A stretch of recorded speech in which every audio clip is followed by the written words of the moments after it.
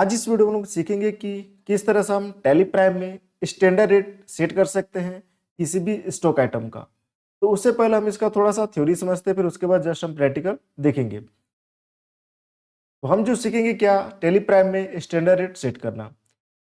तो जब हम कोई आइटम फिक्स रेट में परचेस करते हैं और उस पर हमारा जो खर्चा होता है तथा जो प्रॉफिट होता है उसको जोड़कर जो रेट निर्धारित होता है उसको स्टैंडर्ड रेट कहते हैं। टैली में हम स्टॉक आइटम में स्टैंडर्ड रेट सेट कर सकते हैं। जब भी हम परचेज सेल करेंगे तो स्टॉक आइटम का रेट ऑटोमेटिक आ जाएगा, हमें स्टॉक आइटम का रेट टाइप नहीं करना होगा।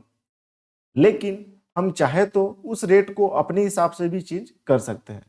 ठीक है, स्टैंडर्ड रेट सेट करने से फायदा क्या होगा। ठीक है, तो कभी कभी ऐसा होता है कि हम क्या रेट से सामान खरीदे हैं, क्या रेट से सामान बेचना है, ये हम भूल जाते हैं। तो इसके लिए हम स्टैंडर्ड रेट सेट कर सकते हैं। सेकेंड, कभी कभी ऐसा भी होता है कि स्टॉक खरीदने के कुछ महीने के बाद हमें स्टॉक आइटम अधिक रेट से मिलता है या अधिक रेट से बेचना होता है, तो इसके लिए हम स्टैंडर्ड रेट सेट कर सकते हैं। थर्ड, कभी कभी ये भी होता है कि हम किसी कंपनी से जुड़े हैं और वह कंपनी हमको जो माल दे रही है उसका रेट फिक्स होता है, हमको उसी रेट में माल बेचना होता है। तो ऐसे में अगर हम किसी माल का रेट भूल जाते हैं तो हमें नुकसान हो सकता है। तो इसके लिए हम स्टैंडर्ड रेट सेट करते हैं। ठीक है, तो स्टैंडर्ड रेट क्या है कि हम किसी भी स्टॉक आइटम का जो भी हम सेल करते हैं, परचेस करते हैं, तो उसका हम एक स्टैंडर्ड रेट सेट कर सकते हैं ताकि जब भी हम परचेस करेंगे या सेल करेंगे तो ऑटोमेटिक वो रेट आ जाएगा। ठीक है, अगर हमको चाहे तो चेंज करना है तो रेट को चेंज भी कर सकते हैं। चलिए देखते हैं इसका प्रैक्टिकल किस तरह से हम करेंगे।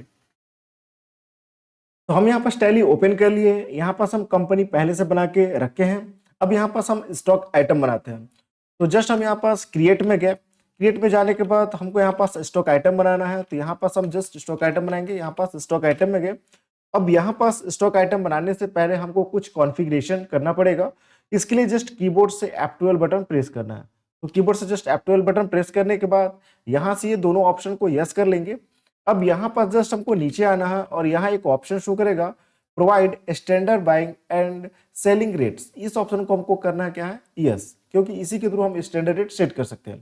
तो जस्ट इस ऑप्शन को हमको यस करना है, यहाँ हम करेंगे यस और इसको कंट्रोल से एक्सेप्ट करेंगे।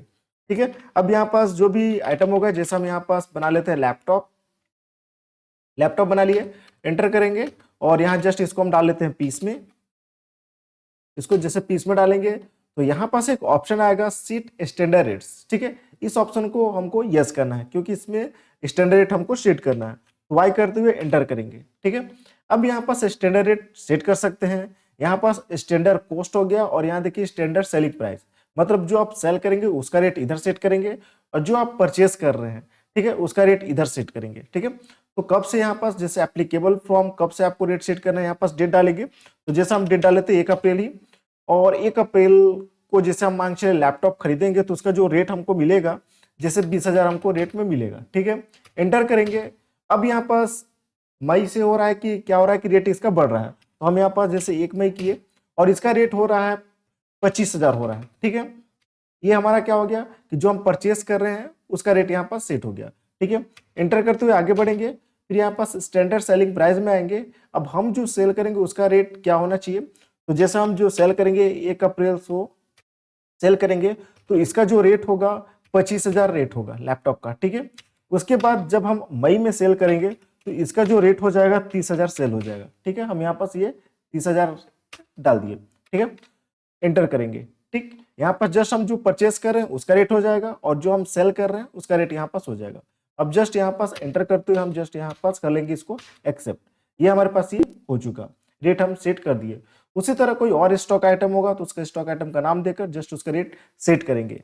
ठीक है, या पहले से कोई स्टॉक आइटम बना होगा तो जैसे इसके बटन दबाते हैं हम पीछे आते हैं, पहले से कोई स्टॉक आइटम बना होगा तो जस्ट अल्टर में जाकर यहाँ पास हमको जाना होगा कहाँ, स्टॉक आइटम में, और यहाँ पास जो भी स्टॉक आइटम होगा जैसे मान चलिए बुक, हम बुक को सिलेक्ट कर लिए। अब बुक का यहाँ पास क्या कर सकते हैं कि और यहाँ पास इसका स्टैंडर्ड रेट सेट कर सकते हैं। जैसे यहाँ पास वाई करते हैं और इसका भी स्टैंडर्ड रेट सेट कर लेते हैं। जैसे हम कर लेते हैं यहाँ पास 1 अप्रैल को इसका जो रेट हो जाएगा, जैसे इसका जो प्राइस हो जाएगा 2,000। ठीक है, हम यहाँ पास 2000 रेट डाल लेते हैं। जो हम परचेस करेंगे 1 अप्रैल को, तो इसका जो प्राइस है 2000। अब इसको अगर हम मई में परचेस करेंगे तो इसका जो रेट हो रहा है 2500 हो जा रहा है रेट, ठीक है। और जब हम सेल करेंगे तो हम यहाँ पर जो सेल करेंगे 1 अप्रैल को, तो इसका जो प्राइस हमारा होगा, इसका जो प्राइस हो जाएगा 3000। हम जो सेल करेंगे 3000 1 अप्रैल से, और अगर मई में अगर हम सेल करते हैं तो इसका जो प्राइस हो जाएगा 3500, ठीक है। ये हम रेट बुक का भी सेट कर दिए। अब जस्ट एंटर करते इसको हम कर लेंगे एक्सेप्ट। ये हम आइटम का क्या किए, स्टैंडर्ड रेट सेट कर लिए। अब जस्ट इसके बटन दबाते पीछे आते हैं, आप कुछ एंट्री करके देखते हैं। तो जस्ट हम यहाँ पास वाउचर में गए।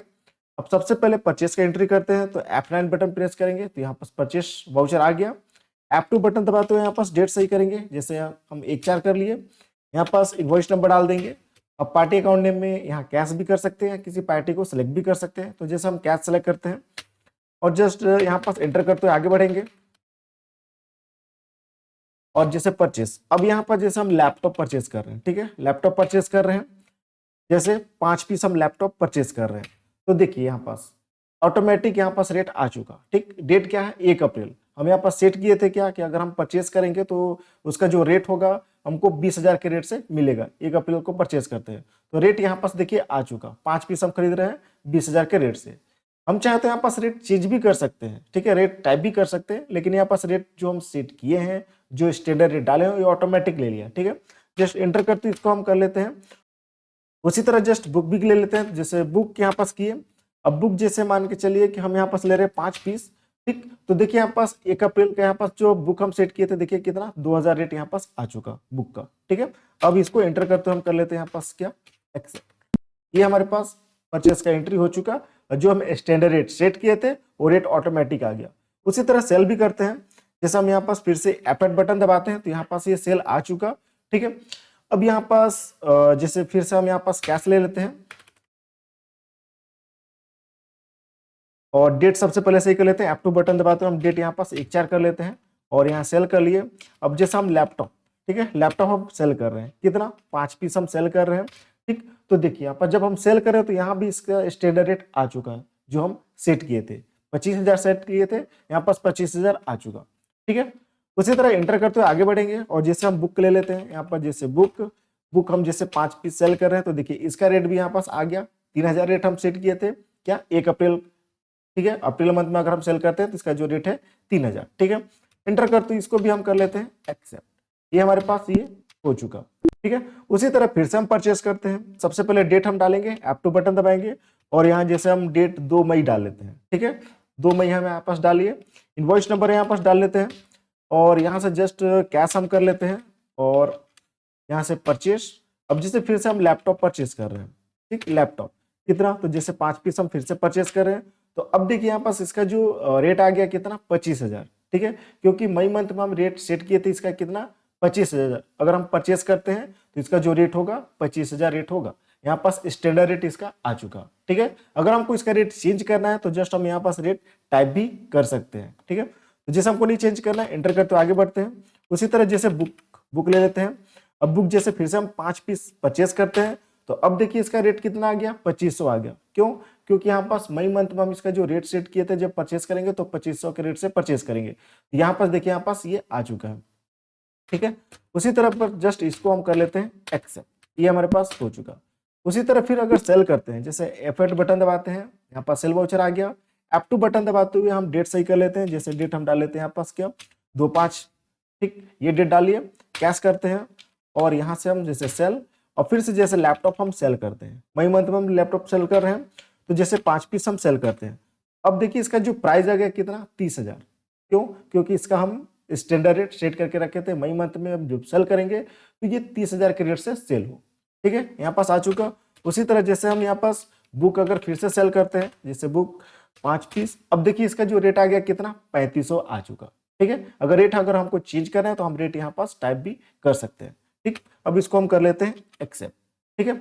तो इस तरीके से क्या कर सकते हैं कि टैली में जस्ट किसी भी स्टॉक आइटम का क्या कर सकते हैं कि रेट स्टैंडर्ड रेट सेट कर सकते हैं और अपना समय का बचत कर सकते हैं, ठीक है। तो आई होप ये वीडियो को समझ में आ गया। वीडियो अच्छा लगा तो लाइक करें, शेयर करें, कमेंट करें, सब्सक्राइब करें। Thank you.